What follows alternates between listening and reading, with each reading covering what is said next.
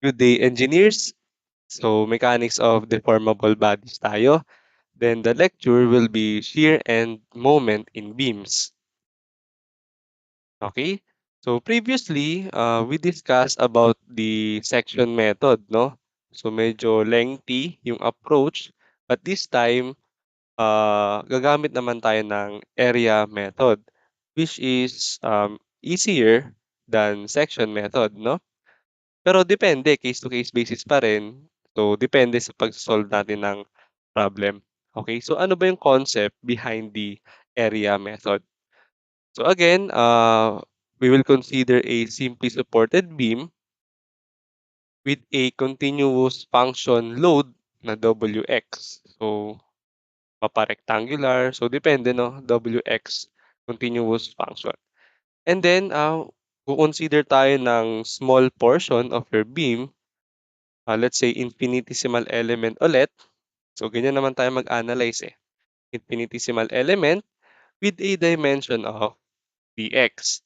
Then, your left end of your element will have a distance x from your left end. So, ganun naman lagi ang referencing natin, no? Distance x from the left end. Okay? Then, zoom in natin to. Ito yung makikita nyo. Okay? So, gamit lang tayo ng pen, then color yellow. So, you have your dx here, no? Yan yung dimension of your element. And then, you have your continuous function na one of the assumptions is that yung resultant ng load mo will be acting on the center. So, you have your WDX as resultant force. Then, in both sides, you have your dx over 2 distance. So, dx over 2 din ito. Okay? Then, in your left end of your element, you have your shear V, then you have your moment M. So, again, ito, one of the assumptions dito is that magkakaroon tayo ng positive shear. So, again, kapag positive shear, ganyan, uh, your shear forces will tend to rotate your beam clockwise, no? And then, for the moment, so kapag moment naman, so kapag ganyan yan, it will deflect your beam downward. So, ngingiti yung beam mo. Okay? So, again, you have your shear V, then your moment M in your left end of your element. And then, sa right side, since meron tayong kino-consider na dimension dx, so yung shear mo and yung moment, madadagdagan ng infinitesimal shear, which is dv, and then infinitesimal moment, which is dm, sa right end mo. Okay? So, excuse me. Then you have your point O here para sa magiging solusyon natin mamaya. So again, kapag focusing on your element, mag-summation forces along Y ka or summation forces vertical wherein you have your V, no? You have your V, positive, kasi upward, minus your resultant force, which is the negative WDX kasi pababa. And then you have your shear din sa right end mo, downward siya, no? So we have negative times the quantity V plus dV equals 0. Then again, distribute mo itong negative na to, distribute mo yung negative na dyan, maka-cancel yung V dito. So V minus V cancelled out. So matitira na lang is negative W dx, then minus dV equals 0. So i-arrange mo lang yung formula. Therefore, we have the W is equal to negative dV over dx. So, ang ibig sabihin lang nito, kung ano yung load mo, yun yung magiging slope ng shear mo, pero negative. So, mas ma-appreciate nyo yan once na gagawa na tayo ng diagram. Okay? Then again, mag-summation moment at point O ka, ito yung reference O natin, equal to 0. So again, you have your counterclockwise here in your right end. So we have negative. times the quantity m plus dm plus your clockwise moment here in your left end, you have your positive m, and then you have your resultant force. Then magte-take ng moment about point O, which is counterclockwise. So negative W dx, yung force, times the distance dx over 2 plus yung shear mo dito sa left end, which is V, papunta sa O, clockwise yon with respect to the distance dx. So we have positive V dx equals 0. Then simplifying the equation, so itong negative madi-distribute ulit dito. So we have negative m plus m, so canceled out ulit yan. Then yung negative dm, na-distribute yung negative. Then negative w over 2, isama ko lang yung mga constant, times dx square plus v dx equals 0. So yung buong equation, i-divide ko lang ng dx, no? Or multiply ko ng 1 over dx. So we have here, inuna ko lang muna to. So v dx divide dx, v na lang. And then ito, negative dm over dx, ito yon, minus w dx over 2 kasi na-cancel yung isang dx. So sir, bakit na-cancel din yung w dx over 2? Kasi yung dx mo sobrang liit yan, no? Yan yung tinatawag na infinitesimal. Then kapag i-divide 2 mo pa, edi sobrang negligible na. That's why we will cancel this term, which is approximately equal to 0. So we have v minus dm over dx equals 0. Then rearranging the formula, we have the v is equal to dm over dx. So ang ibig sabihin lang niyan, kung ano yung shear mo, yun yung slope ng moment mo. Okay? Then next. So again, sa previous, nag-consider tayo ng sobrang liit na element. Ngayon naman, medyo lalakihan na yung portion ng beam nyo, no? So let's say we have your segment AB, no? AB yan. Okay, yan na may consider natin. Then same approach lang din, you have the continuous function Wx, no? Then from the left end of your beam, you have your XA distance. So from the left end up to the point A, you have your XA. Then from the left end up to the point B, you have your XB. Then cut mo ulit dyan, cut mo dito, cut mo rin dyan. So ito na yung lalabas, no? Ito yung magiging outcome. Then again, sa left end mo, you have your shear at A, then moment at A. Then sa letter B or point B, meron kang shear B, then moment B. Okay? Then considering again your continuous function. So we have here the formula kanina na W is equal to negative dV over dx. So again, i-cross multiply ko lang to, magkasama na si W dx, no? Pero yung yung negative sign, ililipat ko lang. So ito na yon. Then you have your dV. So dV is equal to negative W dx. Yung right side of your equation, i-integrate natin from XA to XB. So, sir, bakit natin ini-integrate? So, kailangan natin kasi makuha yung area ng load, no? Load diagram. So, paano ba yon? So, ito lang yung concept. Let's say, kunwari ito. Ito yung x-axis mo, ito yung y-axis. Then again, let's say you have your rectangle. No, yung along y, you have the, sabihin nating W. Ito naman ay L. Okay. So sa integral calculus, balikan lang natin, 'di ba kapag gusto natin makuha yung area ng rectangle, ah, given na function siya, gumagamit tayo ng strips, no? Mostly vertical strips, okay?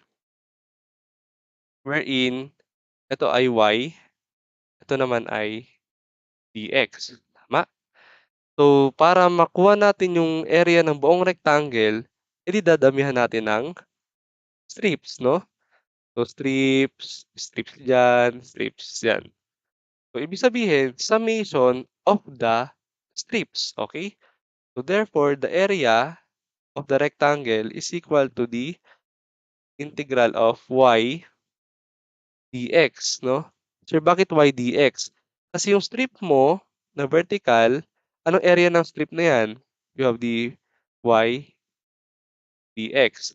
So, base times height, you have dx times y. Okay? And then, lilimitahan lang natin, since naka-dx ka, ang magiging limits mo is along x. So, let's say ito ay 0. So, from 0 to L. Okay? 0 to L. And then, since constant yung y, i-factor out natin. So, equal, area of rectangle is y 0 to L dx. Ano bang integral of dx? So, syempre, magiging x na lang yan. So, let's say yx from 0 to L. Eh, ano ba yung y mo? Ito, based on your rectangle, W yung dimension. So, W x from 0 to L. Then, excuse me. Then, yung 0 and L, substitute natin sa x, which is W, L, upper limit minus lower limit, then W times 0, so canceled out yan. We have the area of rectangle is WL. Okay? So, dyan nanggaling yung area ng rectangle. So, ang goal lang kasi natin guys, kailangan natin makuha yung area ng load diagram mo. So, gagamitan natin ng vertical strip yan. That's why yung magiging limit mo is from XA to XB. So, okay? So, yung term na to is equal to the area of the W or load diagram. And then, consider natin yung negative sign. Kasi ito yan. Then, your DV, ang ibig sabihin din yan is the change of shear. So, from B to A. So, excuse me, we have the shear B minus your shear A. Then, transpose lang natin dito. To the right side, you have your shear at B is equal to shear A minus your area of load diagram from A to B. Okay? So, same concept lang din sa using this formula. So, V equals dm over dx. Then, cross multiply lang natin. You have your V dx equal to dm. Then again, yung right side of your equation, integrate lang natin from XA to XB.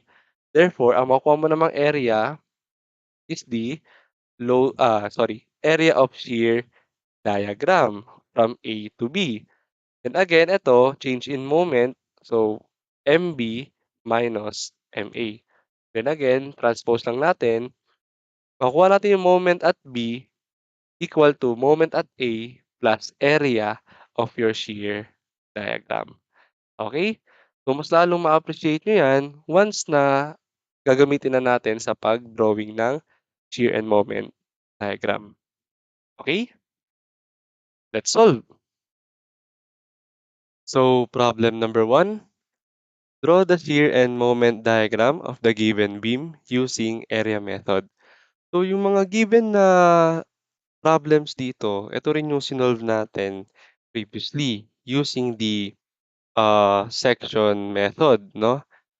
Pero since meron na tayong another method which is area method, so yun naman yung gagamitin natin. Okay? So again, you have your simply supported beam, you have your hinge and roller, no, in both ends, and then you have your concentrated load, 30 kilonewton acting on point B.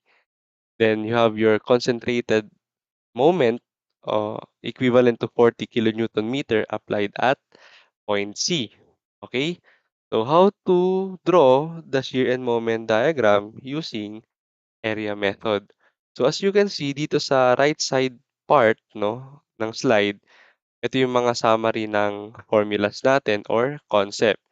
Wherein itong W, kung ano yung slope mo, kung ano yung load mo, yun yung slope ng shear mo. Pero negative, o di kaya kapag shear naman, kung ano yung shear mo, yun naman yung slope ng moment mo. O di kaya you can use this concept, no, for shear and for moment. Then ito guys, ito naman, mas lalo niyong magagamit 'to later on, 'no? Makikita rin natin mamaya. And lalo na 'to, 'no, sign convention 'to para mas mapabilis yung pag-drawing ng shear and moment. Okay. So, bottom line lang, kapag gagawa tayo ng shear diagram, 'no, magfo-focus tayo in every point, 'no, kung sa point na ba yun ay meron bang nag-a-act na force o di kaya, and then kapag from point to point, meron kaya tayong makukuha na area ng load diagram, okay. As you can see dito na part, 'no, kapag sa shear kino-consider natin yung area of load diagram. Okay, so let's start. Gawin nating pen nito o gawin nating yellow para mas maganda, okay. So at point A, first question diyan, meron bang force? Yes, meron, 'no. As you can see, solve muna pala natin 'no, sorry. Solve pala natin yung reactions muna bago tayo mag-shear and moment. Okay, so medyo excited lang 'no. Okay, so to get sa vertical force in your point A, so magmo-moment lang tayo at point D. So we have the AY, then distance, a total of 10 meters. Clockwise yun, so positive. Then we have the 30 kilonewton, counterclockwise to point D with a distance of 6 meters. So that's why negative 30 times 6 plus, don't forget the concentrated moment na 40, which is naka-clockwise direction siya. So positive 40. So yan lang 'no, 40 lang. Wala na tayong ita-times pa na distance kasi moment na yan. Okay, so ayun, maso-solve na natin using this equation, shift solve niyo na lang. So we have AY equals to 14 kilonewton upward, okey? Siyempre yung AX niyan, since wala namang horizontal direction applied or wala namang horizontal force applied, therefore your AX equals 0 lang 'no, okey? Excuse. Then to get the reaction dy, so forces vertical ka na lang. So you have your dy assuming positive or assuming upward plus 14, which is yung ay mo, minus your concentrated load na 30 equal to 0. Then we have dy is equal to 16 kilonewton upward. Okay? So tapos na tayo sa reactions, diretso na tayo sa shear diagram. Okay?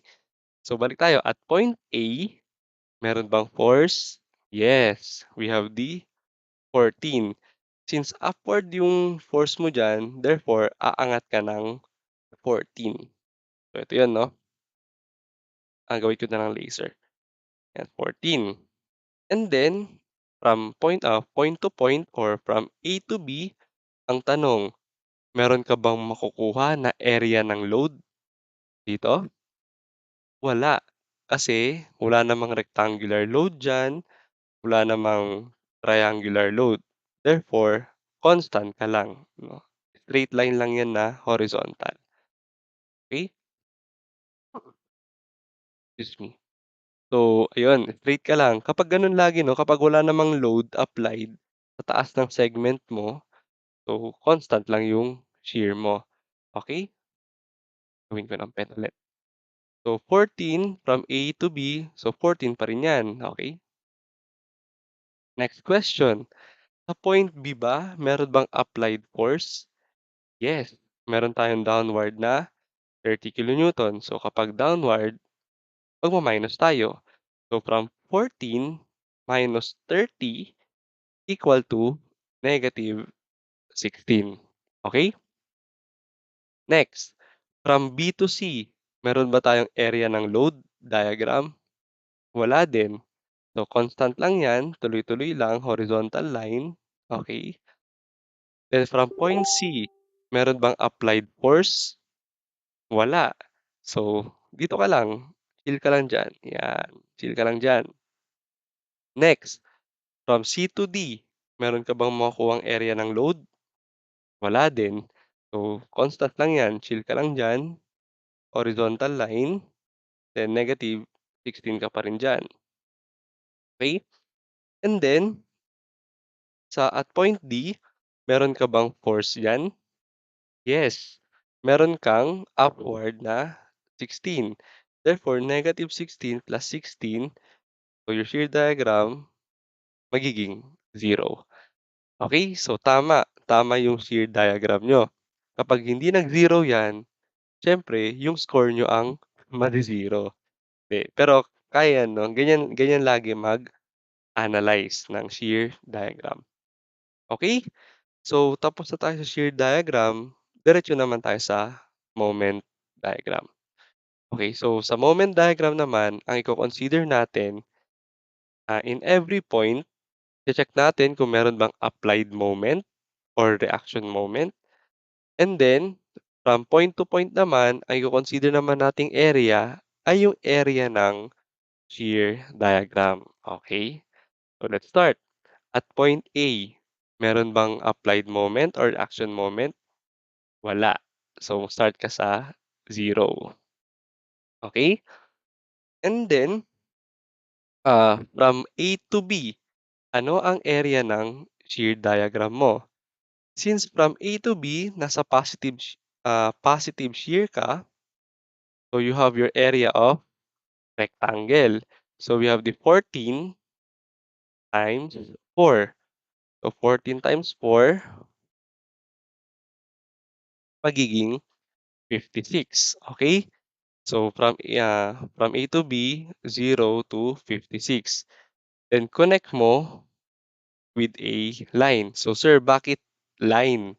Okay. So you have many options no kung paano ba gagawa ng graph. So let's say eto, yung V equals dm over dx. So sabi dito, kung ano yung shear mo, yun yung slope ng moment. So ano bang ibig sabihin nun? Since nasa positive shear ka, therefore yung slope ng moment mo is positive din. Okay? So paano ba yon? Ganito siya, no? So kapag positive 14 yan, so syempre gagawa ka ng line. No? Kapag from left to right, nag-increase ka, therefore positive slope. Okay? Pero kapag right to left, 'pag left to right ka, left to right, pero nag-decrease ka, yan naman yung tinatawag na negative slope, okey? So, sir bakit nga ba line yan? So, base dito naman, you have your load W, N. So, let's say yung load mo is rectangular, oh. So, kapag rectangular yung load mo, so sabihin natin ganyan. So, ang degree niyan is 0 degree. Therefore, dapat ang maging shear diagram mo is naka-line naman or 1 degree. And then kapag moment naman, so naka-parabolic 2 degree. So bakit naka-degree yan? So 'pag sinabing degree, yun yung highest exponent mo. So kapag 0 degree, automatic x raised to 0, wala 'no? Equal to 1 lang din yun. Pero kapag yung equation mo, yung highest degree mo is 1, therefore, ang graph nun is line. 'Di ba, base dun sa section method natin? And then kapag yung equation mo, ang pinakamataas na exponent is 2, therefore, yung equation mo is parabolic or graph mo is parabolic. So base dito, since wala kang load dito, dito ka na mag-i-start ng 0 degree sa shear mo. Therefore, your moment diagram is 1 degree naman. Na-gets ba? Okay. So, connect mo with a line since 1 degree yan, then positive slope. So, you have your 0 or from 0 to 56. Okay? Next, at point B ba, meron ka bang applied moment? Wala. So, stay ka lang dyan, no? Next, from B to C, anong area ng shear diagram mo? So, ito yun. No, so, nasa around negative ka na. That's why, from 56 minus your area of shear diagram is negative yan. We have the 16 times 3. So, 56 minus 48, no? So, 16 times 3, we have the 48. Then, kaya minus yan kasi nasa negative shear ka na.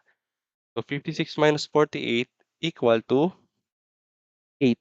So, bababa ka from 56 to 8. And then, since yung shear diagram mo is naka 0 degree, therefore, your moment diagram naka 1 degree. Okay? Excuse me, medyo inuubo pa ako, no? Okay, tuloy tayo. So, connect this with a line from 56 to 8. Okay? Next, at point C, meron ka bang applied moment? Yes, meron kang 40, no? Then, clockwise yan, therefore, positive 40. So, from 8, aangat ka ng 40. So, we have 8 plus 40 equal to 48. Okay, so mahalaga yon. Huwag niyong kalilimutan kapag may applied moment pala dyan sa beam nyo. Kasi mostly, common error ng mga estudyante, nagpo-focus lang sa shear diagram. Pero hindi nila alam na meron palang applied moment. So, don't forget to include, no, kapag may applied moment sa beam nyo. Okay, next. From point C to D, so 48 na tayo, ano ang area ng shear diagram? So, nasa negative ka, therefore magma-minus ka from 48. Then again, we have to consider the area of rectangle here from point C to D. So, we have 16 times 3 again. So, we have 48. Therefore, 48 minus 48, so bababa ka na sa 0. At since yung shear diagram mo naka 0 degree, therefore your moment diagram is naka 1 degree. Okay, so I hope na-understand itong problem number 1. So next tayo. We have the problem number 2. So draw the shear and moment diagram of the given beam again using area method. So medyo magle-level up tayo ng loadings. So galing lang din to sa previous problem natin sa section method. So gagamitan lang natin ng area method para mas mabilis. Okay? So first, solve muna tayo ng reactions. Okay? So kapag mali ka na sa reactions, mali ka na sa lahat. Kaya dapat be careful. Okay, to solve for By here, you have your simply supported again, considering overhanging beam, no? At then meron ka ng rectangular load, and then you have your concentrated load. So to solve for By, we will take a moment at point D. So we have your By times 5, no? Distance niya 5, then clockwise. So positive V of By times 5 minus, consider this concentrated load, no? Counterclockwise siya to point D, therefore negative 400 times the distance 4. And then, ito naman na rectangular load, so ire-resolve muna natin into a resultant force. So yung resultant force nag-act sa centroid ng ah, centroid ng area of your load diagram. So we have the 400 times 2. So ito yon. Yan yung resultant force pa lang. And then don't forget the distance. Distance from point, no, from this point to point D. So project natin yan. So, since kalahati yan ng 2, 'no? So, 1 yan, okey. So, 1 plus 1 plus 4 equal to 6. Then counterclockwise siya to point D, therefore negative. And then, this rectangular load naman, i-resolve mo ulit to area, 'no? To resultant force, okey. So, you have your 200 times the 6, 'no? Para maging resultant force, ito yon, 200 times 6. And then, check muna natin kung saan ba nag-a-act, 'no? Since 6 meters, sorry, 6 feet 'yan, therefore ang centroid niya yung kalahati. So ito, project natin, ito ay 3, ito naman ay 3 din, tama? So sakto nasa left ng support na 'to. So may matitira tayo dito na distance 1.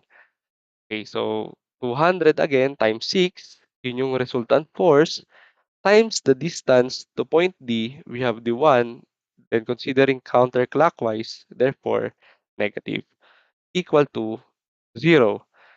Therefore, your By is equal to 1,520 pounds going upward, no? And then for Dy, vertical Dy, so summation forces vertical na lang tayo or along Y, so we have Dy, assuming going upward, plus 1,520, your By, minus your concentrated downward load, negative 400, minus your resultant force here na 400 times 2 downward, to negative, minus your 200 times 6, which is yung resultant force naman dito. Okay? Equal to 0. Therefore, your dy is equal to 880 pounds going upward. So once tapos ka na sa reactions, you can draw the shear and moment diagram. Okay? Medyo i-fast track natin ng maayos. At point A, may force ba diyan, 'no? Wala. So, wala mo na yung load, 'no? At point A lang mismo talaga at x equals 0. So, at point A walang applied force, 'no? Excuse me. So, at point A walang applied force, so 0 ka lang diyan. So, diyan ka mag-i-start. Next, from A to B, ano ang area ng load diagram niyo? Since meron ka ng rectangle, so may makukuha ka ng area ng rectangle. So 400 times 2 equal to 800. Pero based, 'no, based on the concept na kung ano yung load mo, siya yung slope ng shear mo. Since may nakuha kang 800 pero negative, that's why, sorry, erase ko 'to baka ma-confusion, eh. Okay, so pen lang tayo ulit. So ito, so 800 pero negative. That's why bababa ka 0 to -800. Okay? O di kaya ganito naman, so para makuha mo yung shear at B or shear at the second point, ano yung shear at A mo? 0, no? Minus your area of load diagram, which is 800. So 0 - 800, bababa ka nga ng -800. So ganun lang yung concept, no? At since yung A to B mo naka 0 degree kasi horizontal line, therefore yung shear diagram is 1 degree. Okay, naka-line naman yan. Connect this with a line. Next, at point B, meron bang force? Meron. Yun yung By, 1,520. So -800 plus, since going upward, plus 1,520 equal to 720. Okay? Next, from point B to C, ang tanong, may area ka ba ng load? Wala. Since ito, bakante yan, syempre, chill ka lang dyan. So, horizontal line lang yan, therefore 0. degree. Okay? Excuse me. So, naka-0 degree. Next, at point C, meron bang load or meron bang force diyan? Yes, meron kang 400 na pababa. So, 720 minus 400, bababa ka ngayon ng 320. Okay? Next, from point C to D, meron ka bang makukuha na area ng load? Yes, kasi merong rectangular load sa taas, no? So from 320 minus 200 times 4 equal to 800 yun, no? So 320 minus 200 times 4. So 320 minus 800, we will have negative 480. And since 0 degree yung load mo, therefore your shear diagram magiging 1 degree. So connect this with a line. Next, at point D, meron bang vertical force? Yes. Meron tayong dy dito na 880. So negative 480 plus 880 magiging 400. Okay? Next, from point D to E, may area ba ng load? Yes, no? You have your 200, ito yun, you have your 200 times 2. So we have 400. So 400 minus 400, yun, sakto. Zero yung shear diagram mo. Okay? So since naka 0 degree to, 1 degree naman itong from D to E mo. Okay, so I hope nasusundan, no, yung lesson. At saka don't forget, since natapos na yung shear diagram mo, meron kasi dito na location of zero shear. So don't forget to project that, no, papunta sa moment diagram mo. Kasi magiging useful yan as turning point, no, pagdating sa moment diagram. Okay? So proceed tayo sa moment diagram. At point A, meron bang applied moment? Wala. So 0 degree ka diyan, okay? Ay zero, sorry, zero ka diyan, from start ka ng zero. Next, from A to B, ano bang shear diagram mo? So you have your triangle, no? Yan. So anong area ng triangle? So we have the 1/2 times 800 times, ilan 'to, 2, no? Okay? So cancel mo yang 2, you have your 800. But since nasa negative shear ka, therefore negative 800. So 0 minus 800. So paano 'to? Bakit ganito yung graph niya? Baka naman puwedeng pa-ganitong curve, 'no? Okay. So gagamitin na natin itong sign convention na 'to, 'no? So take a look para mas masabayan niyo. Okay. Consider the shear diagram for segment AB, 'no? Regardless the sign, ha. So from 0 to 800, nag-decrease, nag-increase. Regardless the sign, ha. Siyempre nag-increase, okay? Nag-increase siya regardless the sign, but nasa negative side ka ng shear mo, therefore increasing negatively. Therefore, ang magiging graph mo is increasing negatively. So, dapat pag ganito, no? Okay, so dapat pag ganito yung graph mo. Hindi pangiti, no? Palungkot. O, lagyan ko ng mata, no? Para makita nyo. Burahin ko lang to. Yan. Excuse. Okay? So, mas mabilis, no? Mas helpful din tong sign convention na 'to, okay? So 'pag increasing negatively ulit, ganito yung graph niyo, okay? So since 1 degree 'yan, ito ay 2 degrees. So ito mostly itong sign convention na 'to, magamit siya kapag curve na yung magiging graph mo, 'no? Okay, next. So, from point B rather, meron ka bang applied moment? Wala. So, diyan ka lang. 'Di ka 'di ka alis diyan. Next, from B to C, ano ang area ng shear diagram mo? So, you have your rectangle. So, we have 720 times 1, 'no? At saka nasa positive shear ka. Therefore, mag-a-add ka. So, -800 plus, 'no? So, -800 plus 720 times 1. Therefore, magiging -80. Okay? Since naka-0 degree ka sa shear diagram mo, therefore your moment diagram magiging 1 degree or connect this with a line. Okay? Hmm. Excuse me.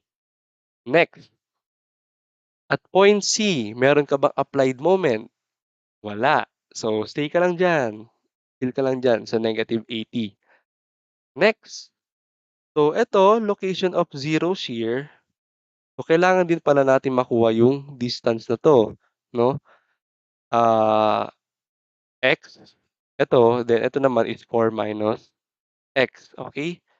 So, kasi kailangan natin makuha yung area nito, eh, para makapunta tayo sa location ng zero shear. So, paano natin makukuha si x, okey? So, since naka-triangle ito, yung graph dito, you can use the similar triangles or ratio and proportion. So, let's say you have your x over 320. So, regardless the sign 'no,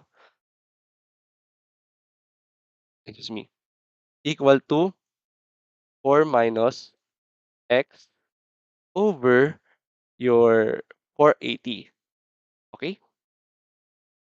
So, shift solve niyo 'yan, makakuha ka ng 1.6 meters dito, ay sorry feet rather, 1.6 feet, and ito naman is 2.4 feet, okey?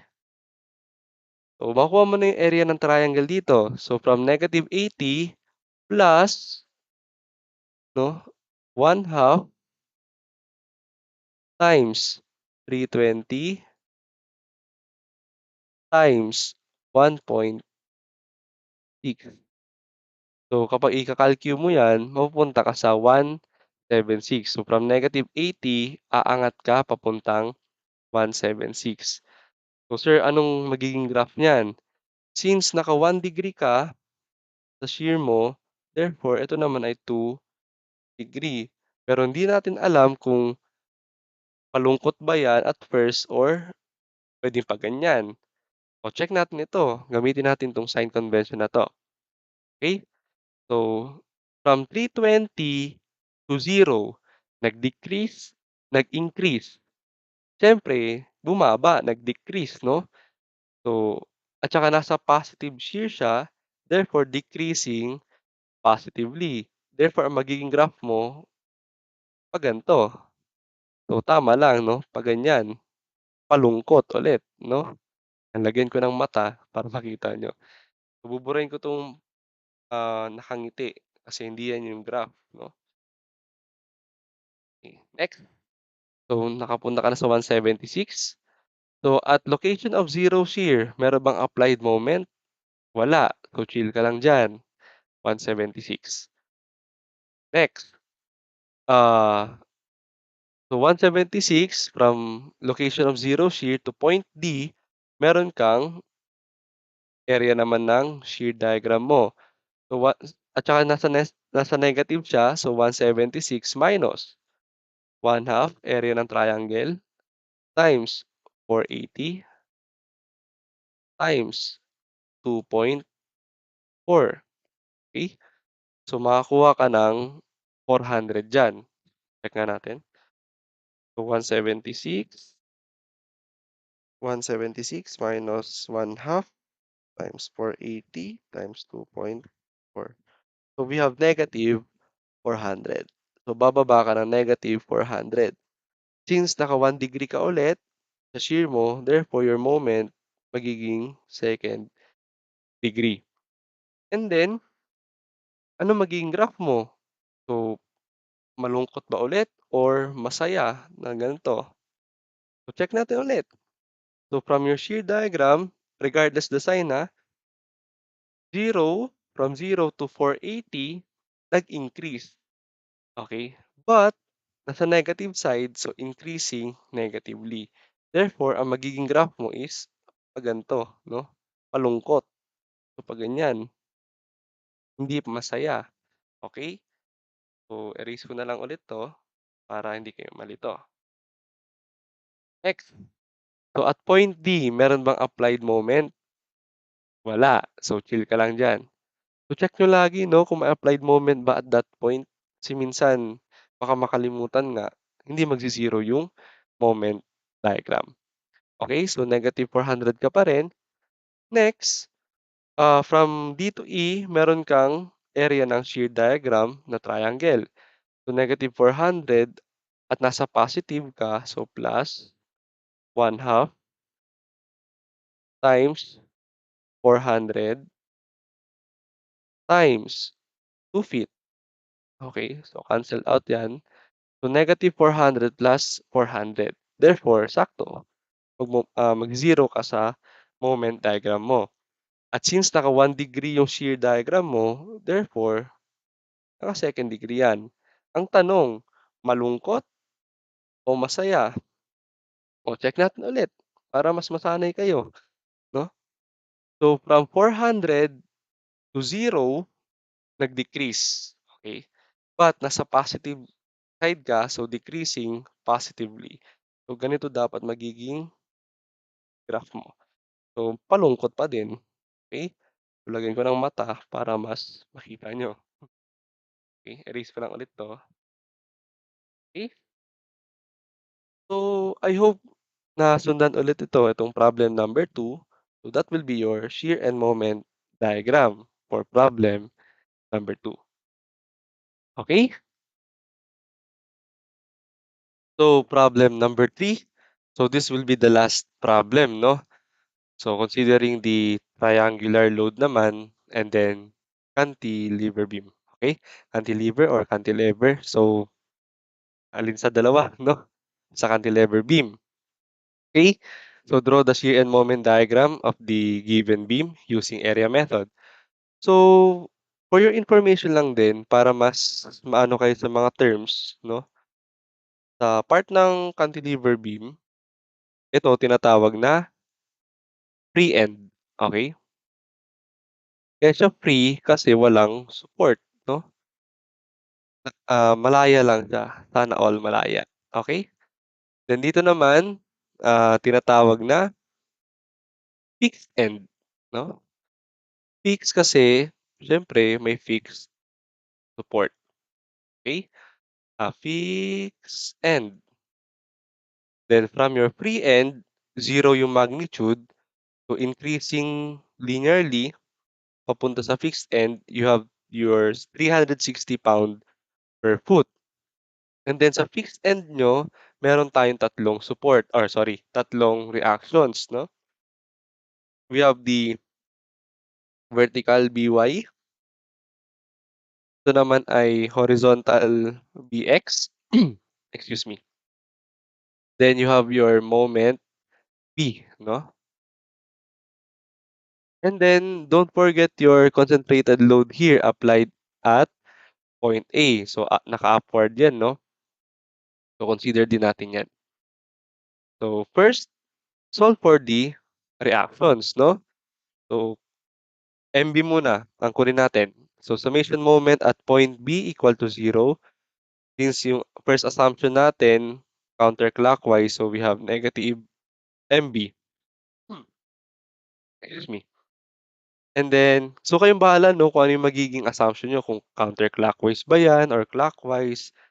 Nasa sa inyo. As long as kapag nag-negative yung final answer nyo, so change directions lang. Change direction rather. Okay? Next, you have your triangular load, no? Since yung centroid ng rectangle, your triangle rather, dito nag-a-act 'yan, okey? So, to solve for the resultant force, kukunin mo lang yung area ng triangle. So, you have your 1/2, 360 times 12, tama? And then i-project lang natin, eto naman, your heel, eto kasi heel kung sa paa niyo, ah, takong ba yung tawag dun 'no, heel or takong. Then ito naman yung toe 'no, dito yung toe, eto naman yung heel, yan. So, imagine niyo na lang yung paa niyo 'no, ayan inuubo pa ako, okey tuloy lang.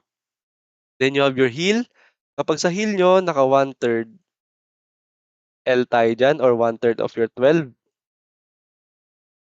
Eto naman, sa toe niyo, you have your 2/3 of your 12. So, 2/3 of your 12 equal to 8, then 1/3 of your 12 is equal to 4, okey? So, yan yung magiging distances na possible yung magamit 'no, kapag nagso-solve kayo, okey? So, since magmo-moment tayo sa B, ang gagamitin mo yung sa heel 'no, 1/3 of your 12, ito yun, ito yung distance, then ito yung resultant force.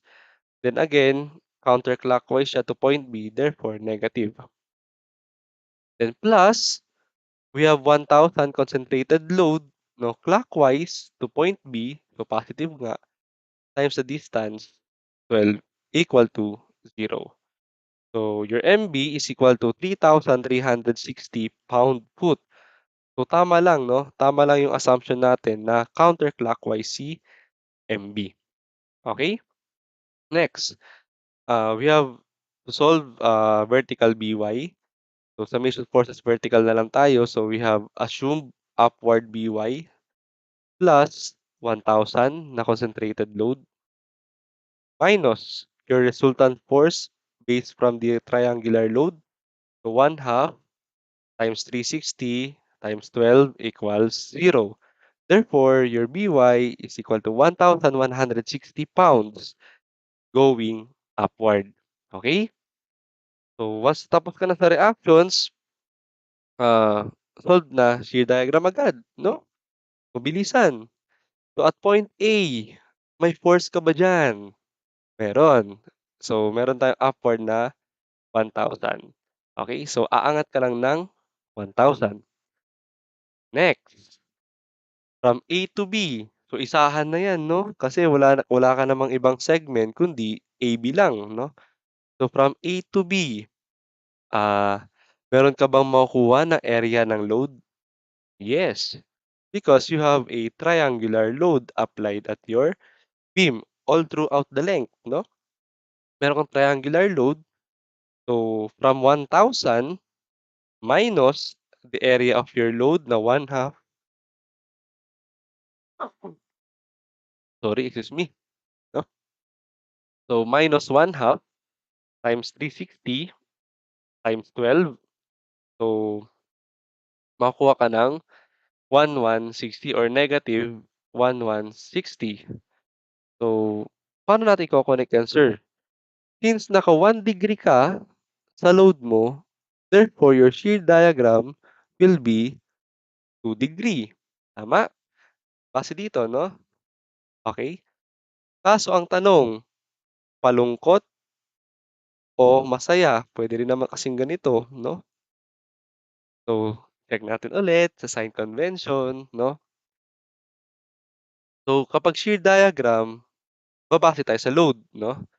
So, from A to B, so from 0 to 360. From 0 to 360, nag-decrease o nag-increase? Siyempre nag-increase 'no, from 0 to 360. So sir, paano natin malalaman kung positively or negatively? So kung yung force mo is going downward, therefore negatively yan. So increasing negatively, therefore ang magiging graph ng shear diagram mo magiging ganito. Ibig sabihin malungkot 'no? Kung lagyan ko ulit ng mata, malungkot 'yan. Drawing. Tanggalin ko lang ito, 'yan, para hindi kayo malito. Next, so connect mo 'yan with a second degree curve na malungkot or downward parabola. And then since naka-arrive ka sa -160 para maging zero 'yan, check natin 'no. Your By, meron kang applied force or reaction force at point B na upward By which is 1160 din. Therefore, -1160 plus 1160 mag-a-arrive ka na sa zero. Okay? So, nasundan ba? So, tuloy-tuloy lang 'no? Sir, tapos na tayo sa shear diagram, goods na 'yan. So, how about the moment diagram?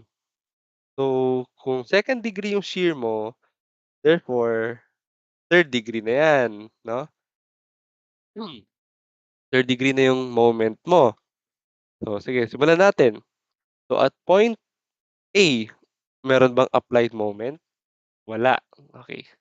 So, chill ka lang diyan 'no, zero ka lang. Start ka sa zero.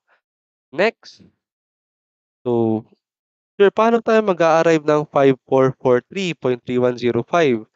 So, kailangan natin makuha yung area nito. So, paano yun sir?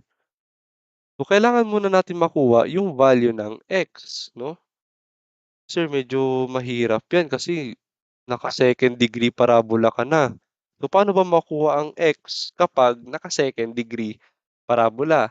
Kasi kapag first degree lang, let's say line lang 'no, so ito triangle, ito naman triangle din, kuha mo yung x dito tulad nung kanina sa previous, so ito na 4 minus x kunwari, di similar triangles lang. Eh, dito puwede ba yun sir similar parabola? So, hindi gano'n ang approach 'no, hindi puwede. So, ang gagawin natin, balikan natin yung concept ng analytic geometry. So, proceed tayo, ayan. So, mapapansin niyo eto meron tayong 1160, then yung 3360 na moment, then yung Bx natin zero naman na, so di ko na in-include, 'no? So, you have your x here, then you have your 12 minus x naman, 'no? So, ire-relate ko lang, so ipo-project ko lang yung line from 1,000 to -1160. So, ang total distance niyan is 2,160. So, sir paano nga ba natin makukuha yung x? Okay, so using squared property of parabola. So, 'pag squared property of parabola, so ganito 'yan. Let's say your x1 square over y1 equal to x2 square over y2. So, sir bakit naka-square yung x? Kasi yung parabola mo is going downward. Or kapag upward, x pa din yun. Yun ang naka-square yung x. Unlike kapag yung y naman yung naka-square, left or right parabola naman yun. Eh wala naman tayong ganung graph. Okay? So focus lang tayo sa upward or downward. That's why ganito yung magiging squared property of parabola natin. Okay? So from here, zero slope yan, no? Zero slope yan hanggang sa pumunta ka na doon, no? So ito yung x mo at yung katapat niya na y which is 1,000. So we have x squared over 1,000. Then again, since ito yung part ng parabola mo, consider mo naman yung buo, no? Okay? Ito kasi yung at x mo lang eh. Ito naman yung hanggang y. So ito yon. Eh paano naman kung buong parabola, no? Ito naman yon. Then ito naman. Okay? So at x equals 12, 12 square. At x equals 12, y is 2,160. Okay, I hope nakasunod 'no? Sundan niyo yung cursor. Again, x, so x square 'yan over y na 1,000.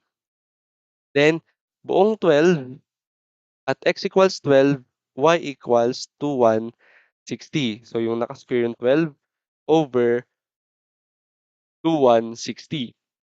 So kapag kinalculate nyo 'to, makukuha nyo is x equals 8.165 feet. Okay? So ito naman is 8.165, no? 65 feet. Okay, so ang ginawa ko naman dito, pwede naman kayong mag-round off, no? 3 to 4 decimal places would be better kasi mas exact. Pero ang ginawa ko, nag-shift store ako para mas exact, para mas ma-zero yung fear and moment diagram nyo. Okay? So since nakuha na natin yung x, kailangan natin makuha yung area ng shear na 'to para makuha natin yung value ng moment. Kasi ito yung zero shear nyo, no? Location of zero shear. And again, don't forget to project it to moment diagram. Okay? So paano natin makukuha tong area ng shear na 'to? So as you can see, ah, puwede nating i-consider 'to, no? Buong rectangle, yon. So buong rectangle, sundan niyo lang, buong rectangle minus this 1, no? Gawin kong red, sorry, para mas makita. So we have here red. Ito yung tatanggalin natin kasi wala naman yan sa diagram, no? Para ito yung matira. So sir, paano yun? So again, area ng rectangle, ano bang area ng rectangle? 1,000 times 8.165. Ito yung height mo. Ito naman yung base mo sa shear diagram. Minus, what is this shape, no? So, yan yung tinatawag na spandrel. Okay, so paano ba mako-consider na kapag yung shape na yan is spandrel? So again, kapag spandrel, ito, tulad nito, compare natin 'to, Ito nag-start siya sa from zero. 'Pag sinabing zero, medyo flat pa yan hanggang sa pa-gano'n. So yan yung tinatawag na spandrel basta nag-start siya sa zero slope. Pero ito, tulad nito, ito hindi yan spandrel, putol yan 'no, putol yan na spandrel. So di natin mako-consider. Ito, spandrel din 'to, itong pinakabuo 'no, okey, spandrel yan kasi nag-start nga sa zero. Pero kapag dito ka lang mag-start 'no, hindi yan puwede na spandrel. Okey? So I hope nasundan 'yon. Purahin ko lang 'to. So again, spandrel 'no, minus area ng spandrel, we have here the area of spandrel, which is nakabase siya kung ano yung degree ng curve mo. So let's say for example, yung degree ng curve mo is 1 'no, n equals 1. So since kapag naka-first degree ka, siyempre line 'yon, tama? So consider the base times height, so 1/2 BH, 'di ba area ng triangle 'yon? So gano'n 'yun 'no, kapag area naman ng spandrel, so let's say n equals 2, so ganito naman 'yun. So from 0, ayan, okey. So gano'n 'yan 'no, naka-curve na yung parang hypotenuse mo kumbaga. So substitute 2 kasi ito ay second degree 'yan 'no, saan ko ilalagay? Naka-second degree, ito naman ay 1 or first degree. So 1/2 plus 1, so 1/3 or 1/2 plus 1 times your base na 1,000 or height rather, puwede niyong height 'yan, times your base na 8.165. Okay? So calculating this, the difference of area of rectangle and the area of the spandrel, therefore your moment at 8.165 will be 5,443 minus, sorry, 5,443.3105. Okay? So sir, paano natin iko-connect from 0 to 5443.3105. So again, gamitin natin 'tong sign convention na 'to. So you have here from 1,000 pumunta sa 0, therefore nag-decrease. But nasa positive side ka ng shear, therefore, nag-decrease ka positively. So dapat ang magiging graph mo 'pag ganito. So tama lang 'no, 'pag ganito, palungkot, okey? Ayan. So ito naman ang tinatawag na third degree, okey? I hope nasundan niyo 'no. Next, sir paano tayo mag-a-arrive naman dito sa 3,360? So again, kailangan natin makuha yung area nito 'no. So magsisimula tayo dito, so at location of zero shear wala naman tayong applied moment sa load 'no. So stake lang diyan. And then, considering the area of the shear diagram, so negative side na siya, ima-minus natin ito dito sa 5,443 para mag-come up tayo kung ano man magiging result sa point B. So sir, paano naman makukuha 'tong, ah, area ng shear na 'to? Again, parang golden rule, hindi ito spandrel, okey? Baka kasi idiretso niyo 1/n plus 1 BH, ito yung height, ito yung base. Naku, maling move yun 'no, okey? So, further analyze pa natin. So, next slide tayo para mas maipakita ko. So, you have here, 8.165, yan na yung x mo. Then yung 12 minus x mo is 3.835, okey? So, ipakita ko lang 12 minus x 'yan, ta's ito yung x mo, okey? Excuse me, okey?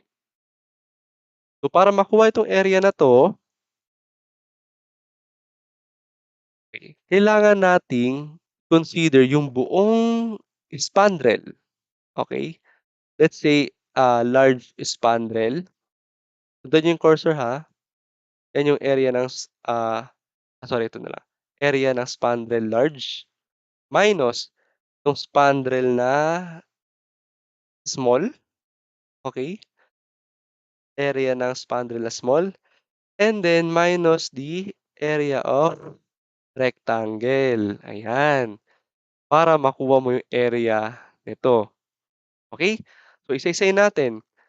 What is the area of the larger spandrel? So again, considering this second degree, so 1/2 plus 1 times the height 'no, na 2,160 times your base na 12 'no? So we have 8,640. Next, what is the area of this smaller spandrel? So again, 1/2 plus 1 times the height na 1,000, then the base is 8.165. Therefore, you have 2,721.6553. Next, what is the area of this rectangle? So base times height ka lang dyan. So you have your 3.835 as your base, then your height as 1,000, no? Excuse me. Equal to 3,835.0342.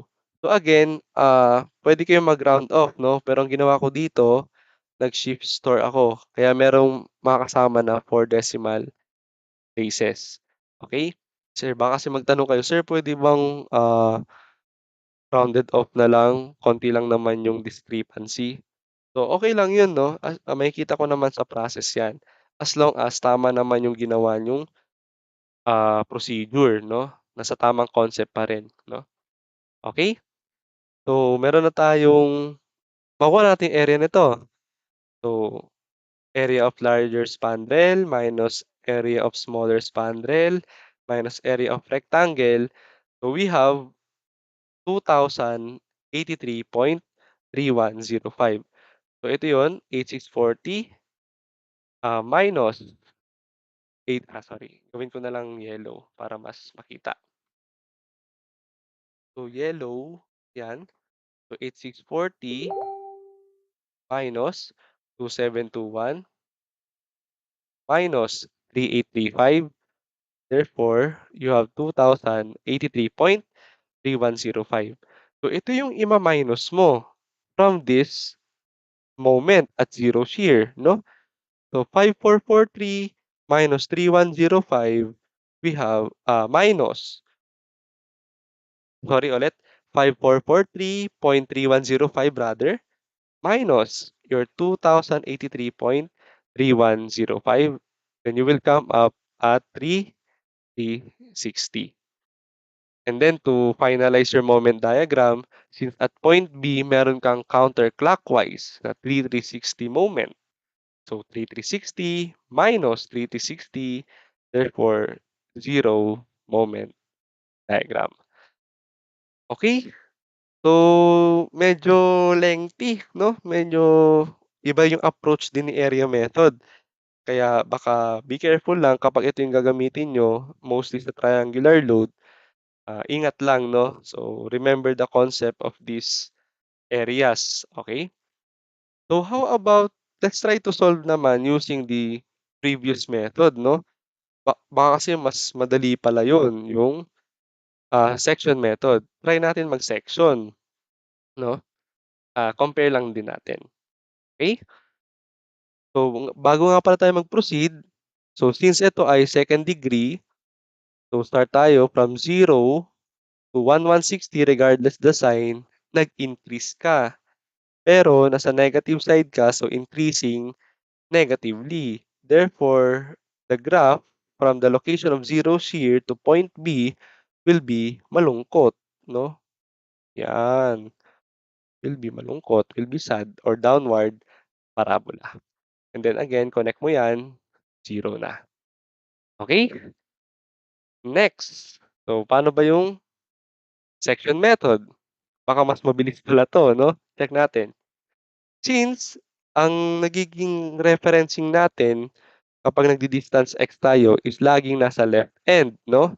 So, sakto na ito ay distance x din. So, at distance x, pwede tayo mag-cut ng section. So, inisnip ko yan, inisnip ko tong part na to, transfer natin dito. Okay? So, kapag nag-cut ka ng section, may lalabas na shear, may lalabas na moment. So, positive assumptions yan, no? Based on the sign conventions that we've discussed before, no? So, kukunin lang natin yan.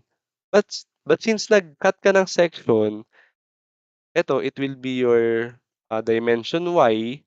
Dito yan, no? Dimension y. Then, ito naman yung x, distance x. Tama? Then, project lang natin. Kapag pinroject natin yan, so ito yon, magiging 360 ito. At ito naman hanggang dulo na 12, no? So, therefore, we can use the similar triangles, no? Wherein y over x, no, y over x is equal to, eto naman, dito yung 360 mo, dito yung 12 mo. So, 360 over 12. Ilagay ko lang dito. 360 dito, ito naman ay 12. Therefore, your y is equal to 30x. So, to solve for x, no? Kasi ang concept dito, at distance x, your shear is equal to 0. So, kapag nakakuha tayo ng equation ng shear dyan, we will equate it to 0. So, summation forces vertical lang tayo at this left section. So, you have your positive 1,000 minus the triangular load na nakat. We have negative 1/2 times your base na x times your height na y equal to 30x. Then we will equate to 0 kasi dyan yung location ng zero shear nyo. So kapag nag-shift solve kayo, makukuha nyo x equals 8.165 feet. Okay? Then again, kuha lang din tayo ng moment equation. No? So we have the positive 1,000 clockwise with distance x. Okay? Minus So ito ito yung centroid ng nakat na section of your triangle rather. So ito ay ang distance nito. So heel ito, 'di ba? Heel, H, heel. Ito ay toe. So kapag heel, we have 1/3 x. Kapag toe naman, we have 2/3 of x, no? Okay. So since ang gagamitin natin yung heel distance to point wherein nag-cut tayo ng section, so the area of this triangle muna for resultant force, so we have 1/2 times your base x times your height na y equal to 30x times the distance, which is 1/3 of x. So simplifying the moment equation, so we have 1,000x minus, so paano naging 5x cube yan? So pag multiply natin yung tatlong x, we have x cube, then 30 divided by 2 times 3 equals 6, no? So 30 divided 6, we have negative 5. So considering this sign, no? Negative 5. Then again, since meron na tayong value of x, kapag kinalc natin, so using calc. So calc x equal to 8.165, your moment there is 5443.3105. Then kapag gusto mo naman makuha at x equals 12, since ang referencing nga natin is the left side or left end of your beam, no? So yan yung x yan, x equals 8 point something. Ito naman ay x equal to 12. So kapag at x equals to 12, using this equation, makukuha mo is 3360. So nag-arrive ka sa 3360, then para maging zero lang din yan, balik ka dito. You have the counterclockwise 3360 at the fixed support. Therefore, 3360 minus 3360 equals 0. Okay? So, choose your hard, no? Choose your battle. So, kaya diniscuss ko rin yung section method para may option kayo kung anong gagamitin nyo between area and section method.